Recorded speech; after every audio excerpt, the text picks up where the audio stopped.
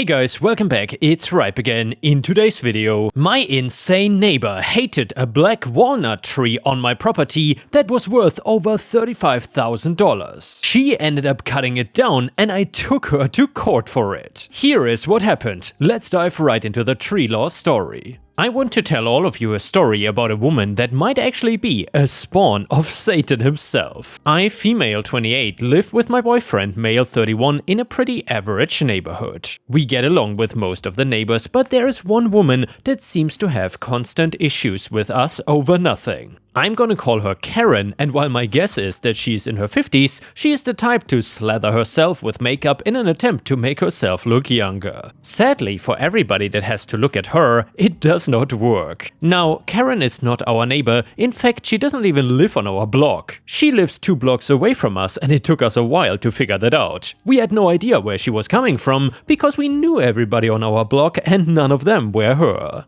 It was only when we were walking our dog one day that we saw her leave her house and we figured out how she didn't even live near us. Honestly, she could have lived her life and probably not even run into us very often. We were avoidable, but she wanted to put herself into our path just so she could have something to complain about. Once again, it took time to figure out exactly what her problems were with us, but it all made sense when you take 2 of the conversations we had with her. The first was about our relationship. Karen, you know that you really shouldn't flaunt it. The children around here might get the wrong idea. Me, flaunt what exactly? Karen, everybody can see that you don't have a ring on your finger. Living with a man before being married is just telling kids it's okay to run out and have sex with anybody they want. Me, not really. And also, kids don't pay attention to if people are wearing wedding rings, really. In fact, I don't think most adults even notice or care. My parents have been married for 35 years and they don't wear their rings most of the time. Karen, that explains how you can walk around without any shame. Bad parenting. The second more relevant to the story conversation happened a few months later. At that point, I was avoiding her because I wanted to smack her stupid face after insulting my parents. Karen, I noticed that you have a black walnut tree in your yard. Me, yeah, it was one thing we loved when buying the house. It's apparently really old. Karen, you don't deserve that tree, you know. Boyfriend, excuse me?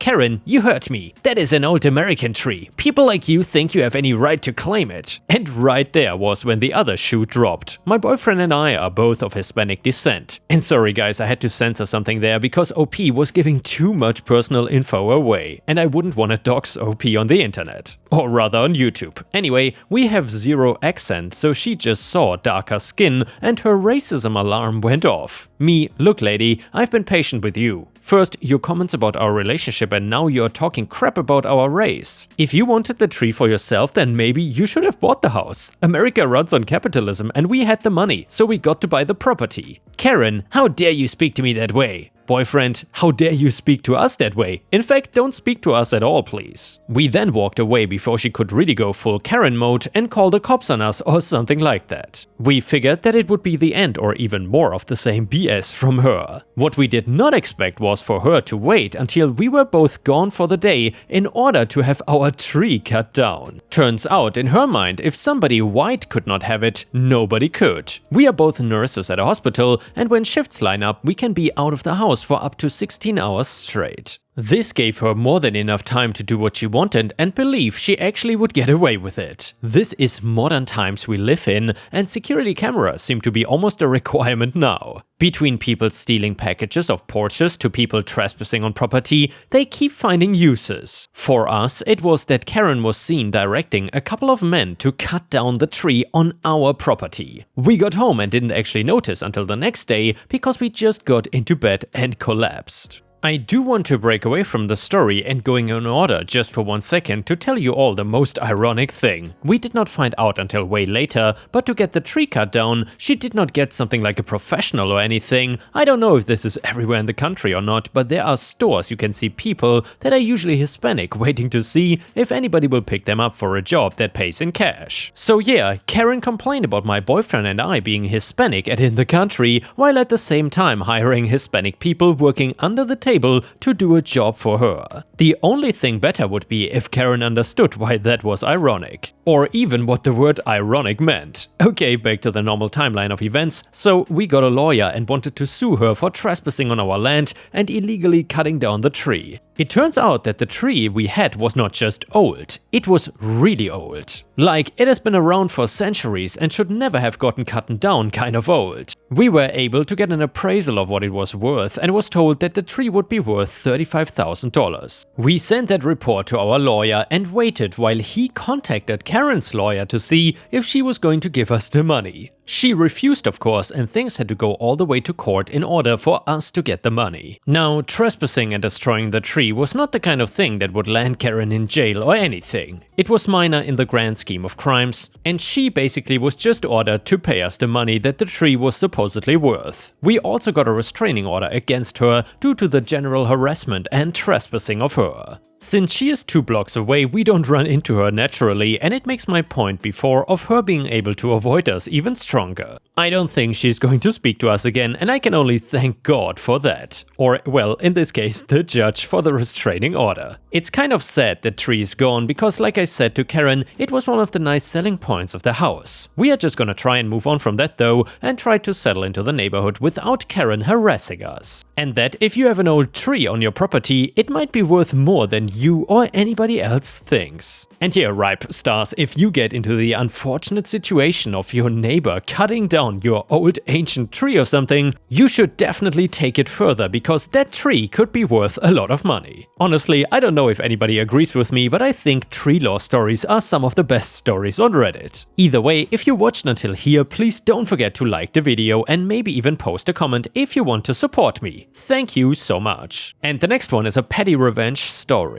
Last night I was at work at my family-owned beverage shop. Edit, my family doesn't own it, poor choice of words, it's owned by a family though. It's not my favorite job I've ever had because the customers are incredibly entitled. However, it's a fairly young business and I've been in customer service long enough to not give in to spoiled customers just because they want me to. Anyway, the end of the night was approaching, beautiful sacred closing time. We had gotten a decent rush about 20 minutes before we closed at 10 PM, so we were a little cranky about how behind we were on finishing our task for the night. At 9:55 we are finally getting somewhere with our cleaning when the phone rings. It sounds like a youngish boy, I would say 15 at most. He asked what time we closed and I responded with my usual, "We close at 10 every night, but we'll be open at 11 again tomorrow morning." That's not working for him. "My friends and I really want some of your drinks, but we cannot be there by 10. Can we come like 5 minutes after and still get drinks?" I tell him no, the doors get locked promptly at 10. "Oh well, we really want the drinks. What can you do?"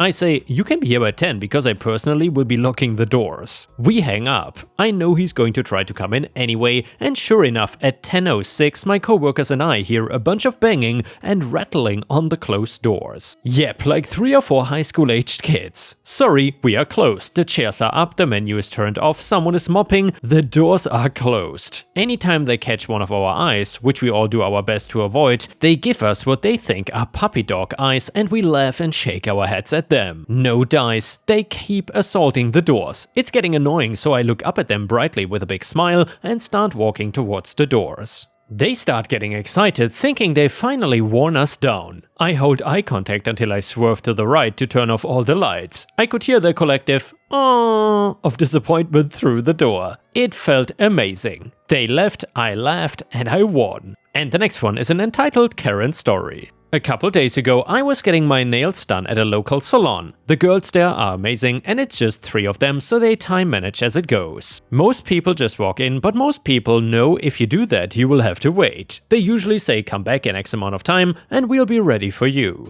I had an appointment and still ended up waiting a little, no big deal, they were slammed. In that time, 3 people came in and their names were written down as next in line. As well as 2 girls already waiting next to me, 5 people after me. I then finally sit down to get my nails done and it is a simple manicure with no polish. One girl was doing pedicures on a couple and the other had just started a full set. As soon as I sit down, this teenage girl comes in with her parents and seats herself at a table without saying anything. Her parents then walk up to the lady who was doing my nails and say, I quote, "Her flight leaves in 5 hours and we have to leave in 1 to make it on time. Her nail just broke. Fix it." Rude. So rude. Not to mention there are 5 people ahead of her. The nail lady tries to explain that, but the parents just talk over her and the techs have a conversation about it in their language. And then the girl doing my nail nods and says, okay, when I'm done with her, I will fix it. Okay, cool. I proceeded to ask for a dip manicure with nail art and the deluxe spa package. The hour was up and the girl and the parents were positively fuming. They ended up leaving, her nails still broken, my nails look great and I tipped extra.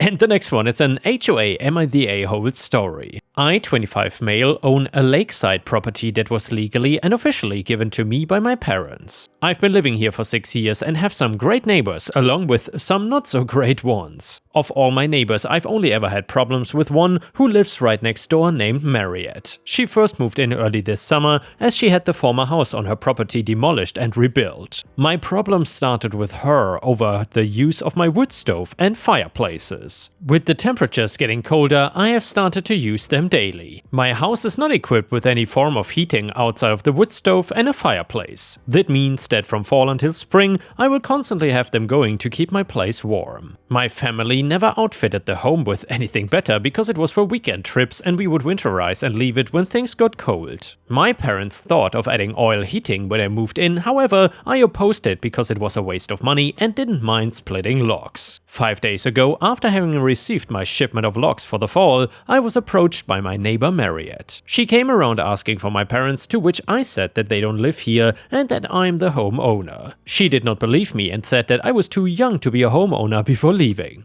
Later that day, I heard a knock at my door and thought it was my girlfriend, so I gave my usual greeting of, "Hey sweet cheeks," while opening the door. Unfortunately, it was not her and it was Marriott again, so I apologized quickly and asked what she wanted. Once again, she wanted to speak with my parents, to which in a more stern tone said that I was the homeowner. This time she finally got it and said that I am violating HOA policy by using wood-burning fireplaces indoors and outdoors. In response, I said that as the new house looks, I'm not a member of the group and that the town permits fireplaces and burning yard waste. So that basically means OP is not a part of this HOA. Anyway, she then went on to ask why I even needed them, because they do nothing but harm the environment. I went on to explain that while the house exterior looks new, the house actually has been around since 1930 and still uses a wood stove and fireplace heating. She didn't believe me yet again and said she would be back with an inspector. Yesterday, once again, she came with another person who introduced themselves as an HOA inspector. They tried to talk about my fireplaces, but I shut them down immediately and said that I'm not a member of their group.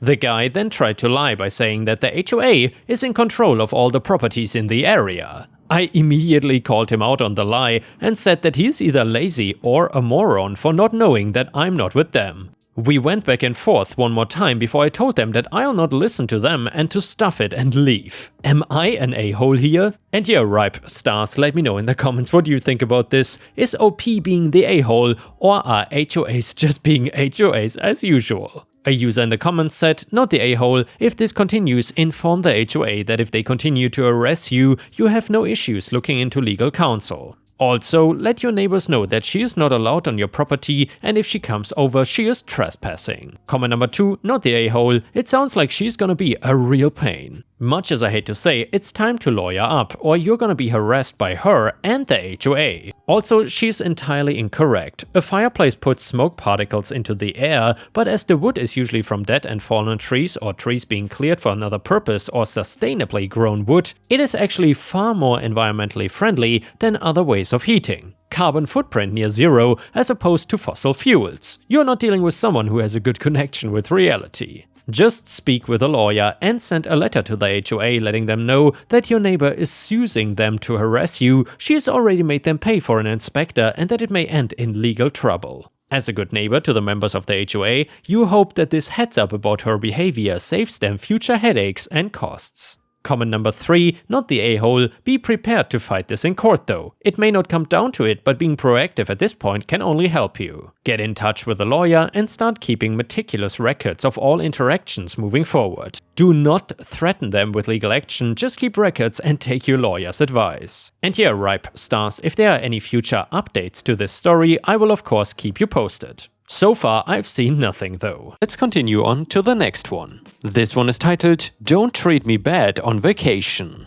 So I am 38 female vacationing with my mother, 71 female, in Europe right now, and she just told me this epic story that I must now pass down to all of you. Some background, my mother is a very nice person to strangers, especially salespeople. Aggressive salespeople will back her into a corner for an hour until I come rescue her because she doesn't want to be rude. My father passed away a few years ago at age 81, and he was born in Egypt and was schooled in both French and Arabic and considered both to be his native languages, and then also learned English as an adult when he moved to the US. A few years after they got married in 1976, but before they had kids, they took a vacation to Paris. My mother collects stamps and she wanted some French plate blocks to add to her collection. She left my father napping in the hotel room and went to the post office a block away, planning on spending $300 to $400 on stamps. She got to the post office and waited in a very long line. When she finally got to the front, the woman behind the counter told her in perfect English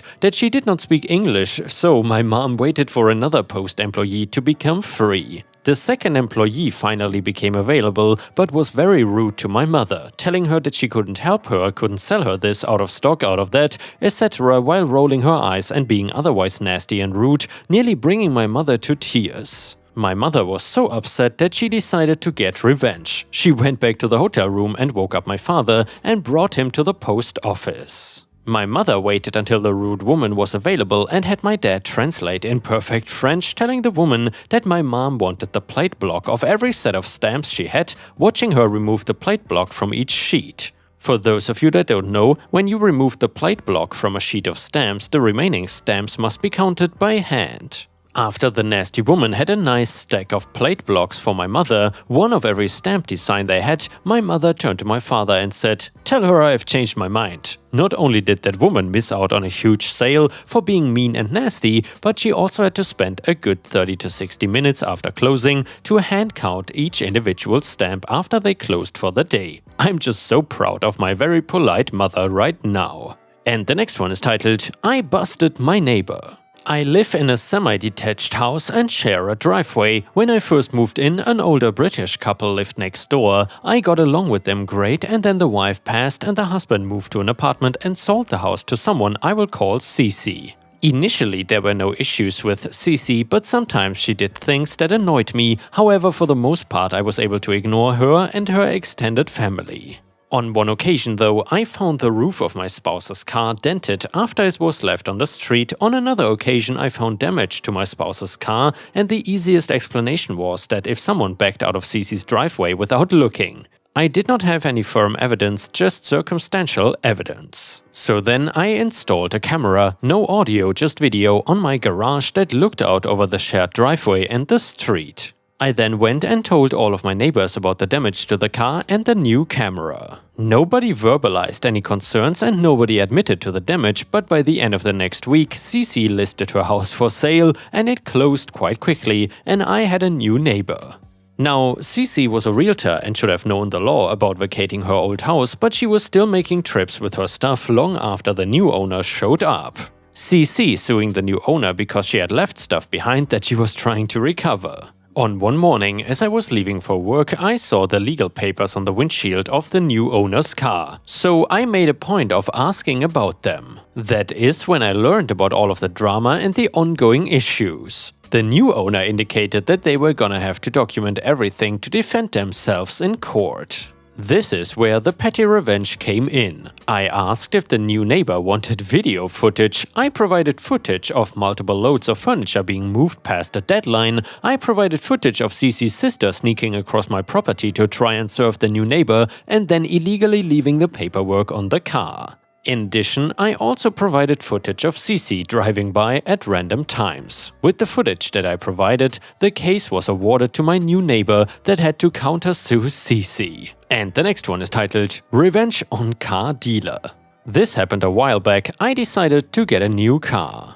I found out about the new models that were coming out in about 6 weeks, and I could wait that long, so I spec'd out what I wanted, cut a deal including my trade-in, and ordered a new car. Several weeks later, I was out driving and some nummy blew a red light and T-boned me.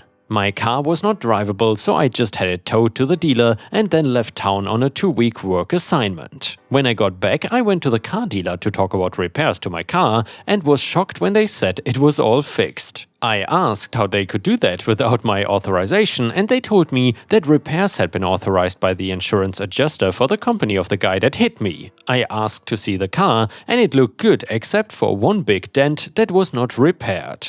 I then asked why they had not fixed it, and they said that that dent was not a part of the accident. I said it was, and they disagreed. They demanded that I sign a liability release for the insurance company, and I refused. They said I only had 2 choices: sign the liability release and take the car as is, or pay cash for the work they had done. I totally refused, and they said I could not have my car. I went home, got my spare key and went back to the dealer, drove my car off the lot and went home. Just as I got home, I got a call from the dealer. I was expecting a pissed-off body shop manager, but it was a cheerful salesman telling me that my new car had arrived. I drove back to the dealer, gave them the title to my old car, paid the difference and drove my new car home. A week later, the body shop manager called me and said that they had been cruising my neighborhood looking for my old car, and sooner or later they would find it and tow it. He told me he had placed a mechanic's lien on the title and I would not be able to sell the car without paying him. Meanwhile, the car is sitting on their used car lot. Eventually, the car sold, and when the buyer went to title it, he discovered that the dealership that sold him the car had a lien on the title. He sued the dealership.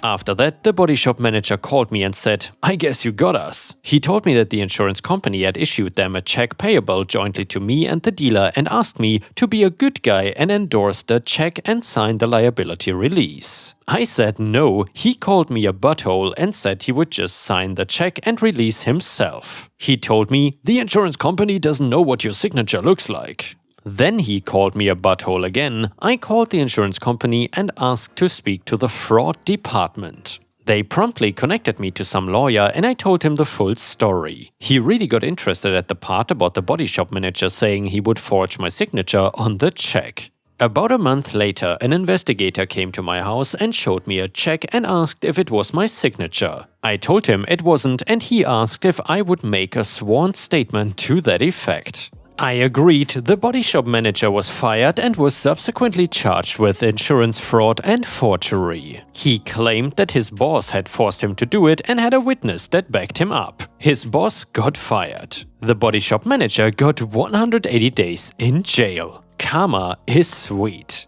And yeah, Ripe Stars, as usual, it is very sweet indeed to see douchebags and scammers getting what they deserve. And 180 days in jail is really not bad. That dude totally deserved it. And with this, we have reached the end of the video. However, if you cannot get enough of my content, please check out my endless playlist, where you can find thousands of hours of content. In addition, please don't forget to subscribe to my channel to not miss any of my daily uploads. Thank you so much in advance, and I hope to see you again tomorrow.